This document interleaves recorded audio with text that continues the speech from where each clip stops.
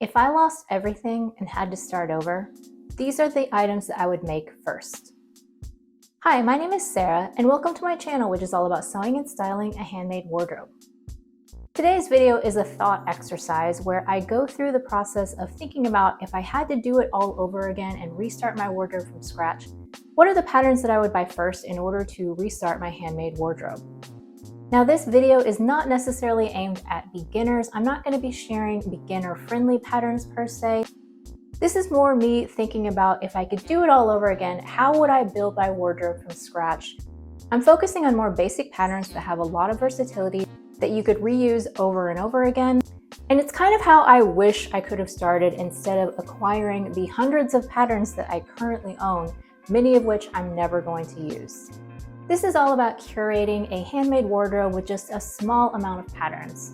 So let's start off with tops. The first item that I would focus on is a button-up shirt. Now I know that not everyone likes button-up shirts, and so I would recommend, if you're not a button-up person, to instead pick your favorite woven blouse pattern. But for me, I would definitely pick a classic shirt because it's a really useful item. You can wear it in a variety of ways, either as a top or as a layering piece. You can wear it year-round depending on the fabric that you choose. And it's such a classic staple that you can never really go wrong with a button-up shirt. If you can, I would try to choose a pattern that has both a short sleeve and a long sleeve option. And for me, rather than choosing a shirt that has a ton of different views, I would just pick a good basic. So the pattern that I would repurchase is the Helen's Closet Cameron shirt. It's actually a unisex fit, so you could make it for all genders, so that just adds another layer of versatility to the pattern. It comes with both short and long sleeve options. And it's a slightly oversized fit. It's not too boxy, but it's not close fitting. So for me, it's kind of the perfect in between. I've made this pattern 3 times, and every single time I did the long sleeve version. I haven't tried the short sleeve yet, although I do want to do that at some point. I have a couple of stripy versions, and then I have a classic white cotton shirting version, and I love all 3 of them. And on that note, I do want to tell my regular viewers that I am sorry that I keep recommending the same patterns over and over again and talking about the same things. But in a video like this, I feel like it's really important to recommend the patterns that I actually use and rely on all the time. That's kind of the point of the exercise, rather than giving you some random button-up shirt that I've seen online but I haven't actually made myself and don't have experience with. So I do apologize if you're tired of hearing me talk about these same patterns over and over again, but they really are the ones that I would repurchase if I lost everything. The next series of tops that I would remake are some t-shirts. Now there are a ton of free patterns out there, and so you might just want to go for a free option, but in my opinion, it can be worth it sometimes to purchase a pattern that comes with lots of variations. So I like having a t-shirt pattern that I like the base of it, I like how it fits me, and then it comes with different options for necklines and sleeve lengths. It just makes it easier for me to use that one pattern and have tons of different variations that look very different from each other, that serve different purposes in my wardrobe, but you're really only spending the money on that one pattern. So I actually have 2 patterns that I would recommend, and they have slightly different fits. So I would actually repurchase both of them. The first one is the Victory Patterns Frances tee. This one is a close-fitting t-shirt, and I would consider this one the most essential because it's the easiest to wear on its own, but also you can layer it. It has so many different options. It has scoop necks, crew necks, turtlenecks. You can do a variety of different sleeve lengths, and it even comes with like a cropped length or a more regular length. And it comes with a dress option, which is another way to get more value out of your patterns. Although I have not tried the dress option for myself just yet. I've made this pattern over a dozen times. I've made all the different versions. I have lots and lots of these t-shirts that can be worn strictly in the summertime or just in the wintertime or anything in between. I think that it's a really good pattern, and I would absolutely repurchase that one if I had to start over. The second t-shirt pattern that I would recommend is the Pattern Emporium Keep It Simple Babe tee. This one I have also made about a dozen times. The way that this pattern differs from the Frances is that it's a little bit more relaxed. So it's not an oversized tee, but it's a semi-fitted tee. It has a nice amount of ease in the body. So to me, it's a little bit more comfortable. It's better for a more casual setting than the Frances. Although it is slightly harder to layer like a sweater over top of it because it is a little bit looser in the body. I've made so many different versions of this one too. It has V-necks, it has scoop necks, it has crew necks, it has boat necks, it has turtlenecks, it has basically everything. You can finish the sleeves in the body with a band, or you can just hem it as different sleeve lengths. Basically almost any kind of t-shirt that you could imagine you can make with this one pattern, so I think it's a really good value. Now, I do also enjoy wearing a more boxy, looser fit t-shirt, but I don't have a pattern to recommend for this one because I am not aware of one that comes with a very large variety of different options. So that's where I would suggest maybe just trying out a few different free patterns and seeing which one works the best for you. The last top that I would recommend to restart my wardrobe is a sleeveless top.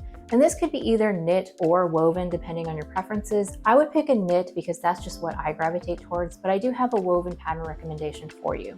The reason why I think sleeveless tops are essential and a basic wardrobe builder is the ability to layer. So it's obvious that you would wear them in the summertime when it's warmer out, but I actually wear my sleeveless tops year-round because I often wear them as a base layer underneath whatever I'm wearing in the winter for that extra bit of warmth. So I think they're extremely versatile and very useful in any wardrobe.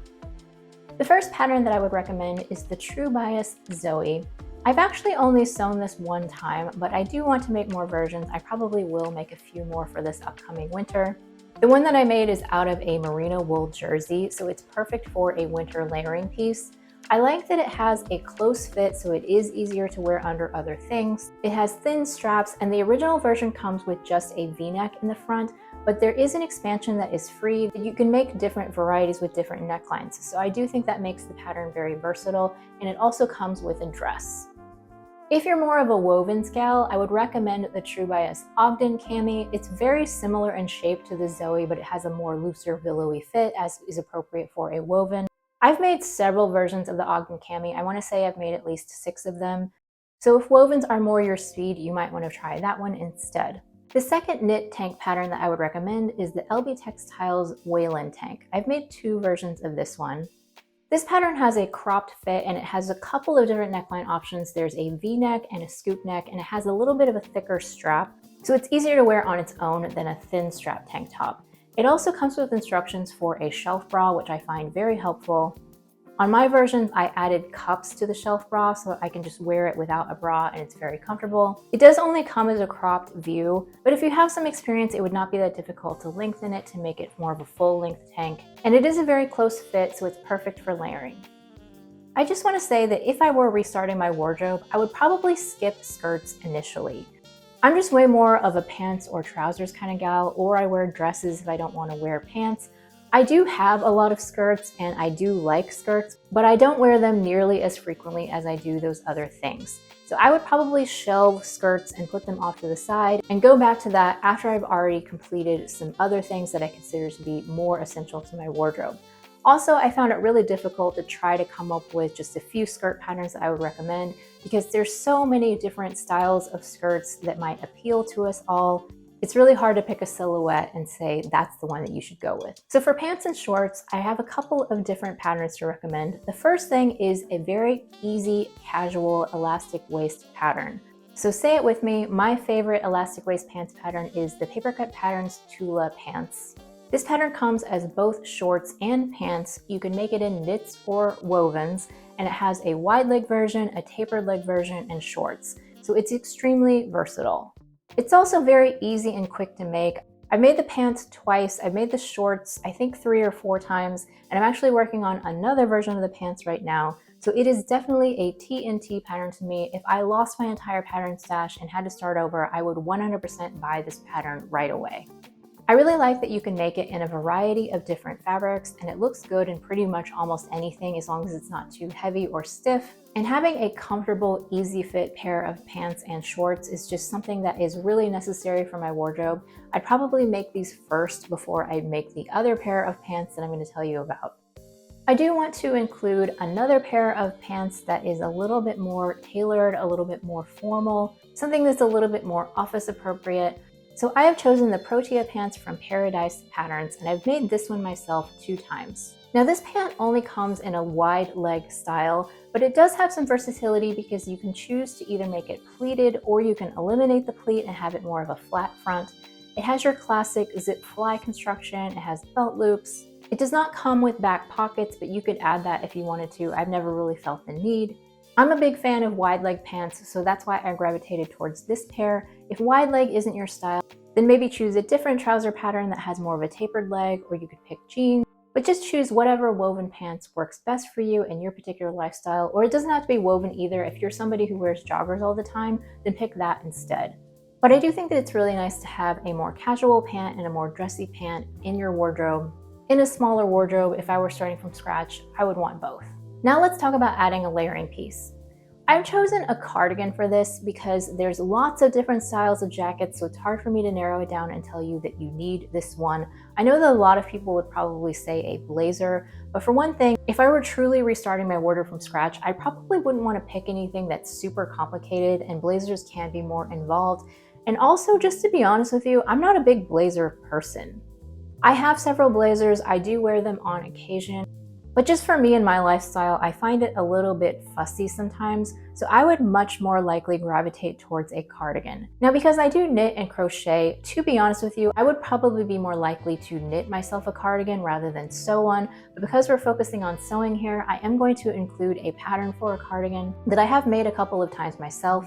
It's the Pattern Emporium Grab a Cup of Cardi. I really like this one because, like all of the Pattern Emporium patterns, it has a variety of options. You can do different lengths, you can put buttons on the front, or you can leave them off. It has a deep V-neck and it's pretty oversized, so very easy to layer over other things. You can do a short sleeve or a long sleeve option with a cuff. It's a pretty classic shape that will never go out of style in my opinion, and you can make it in a variety of different fabrics and get different looks. Next, my handmade wardrobe would not be complete without at least a few dresses. I would sew both some knit dresses and some woven dresses, so let's start with the knit dresses. I would probably make these first because I just like being comfortable. And a knit dress, something that you can just throw on and go, is basically the ultimate epitome of comfort in my opinion. For a standard t-shirt dress, I would choose McCall's 8058. I've made this a couple of times before. It comes with a lot of different options for necklines and sleeve lengths, and you can make different body lengths as well. I've made a knee length version and I've also made a midi length version, and I love both of them. I really like a basic t-shirt dress because you can pick a really beautiful fabric and just let the fabric do the talking. This dress is a little bit more bodycon, so if that's not your style and you want something that's more loose, then I would recommend the Pattern Emporium Everyday's a Weekend dress. I've made this pattern 2 times, and one of them is my absolute favorite dress of all time. It is so incredibly comfortable. It has a fairly relaxed bodice with lots and lots of different options for the necklines and sleeve lengths, and then it has tiers that you can add on. You can do a variety of different lengths. I've made both a knee length and more of a midi length. You can add pockets. It is just the perfect, cozy, comfy lounge around the house dress, but it also looks really nice if you want to go out in it too. Now for woven dresses, there's lots and lots of different styles for woven dresses, so I would say pick the style that really speaks to you. I would pick 2 different silhouettes for myself. The first one is a classic shirt dress, kind of going back to what we started with the shirt. I love a classic shirt and I love a shirt dress. So I would consider that to be essential for my wardrobe because it's something that I could wear to work, or I could also wear it outside of work. You can make it out of different fabrics and have different looks. So the pattern that I would repurchase for the shirt dress is the Sew Over It Kitty. I've only sewn it 1 time so far, but it does come with many different options. You can do sleeveless, you can do a few different collar options, you can do short sleeve. It's a very classic shirt dress that has a fit and flare silhouette. The version that I made, I actually lengthened it and made it more of a long dress. I think that it's originally meant to be more around knee length. So you could play with the different lengths and with whatever works best for you. And then the second style of woven dress that I would make is something that's just a loose pullover style that's more comfortable, a little bit more easy breezy, that's not tight at all. And so for that, I would pick the Style Arc Hope woven dress, and I would also buy the extension pack because the extension comes with lots of different things. You can do a button front, you can do a wrap front, which is the version that I made. There's different sleeve options. And it is absolutely one of the most comfortable dresses that I've ever made. And so for that reason, I end up wearing it a lot more than some of my other dresses. So I would absolutely repurchase and remake that dress for sure. So those are the first patterns that I would repurchase if I had to restart my wardrobe over again. But I do have one last bonus for you. I'm calling it a bonus because depending on where you live, not everybody is going to need this. But for me, where I live in Western New York, we absolutely would need this a good chunk of the year, and that is a coat.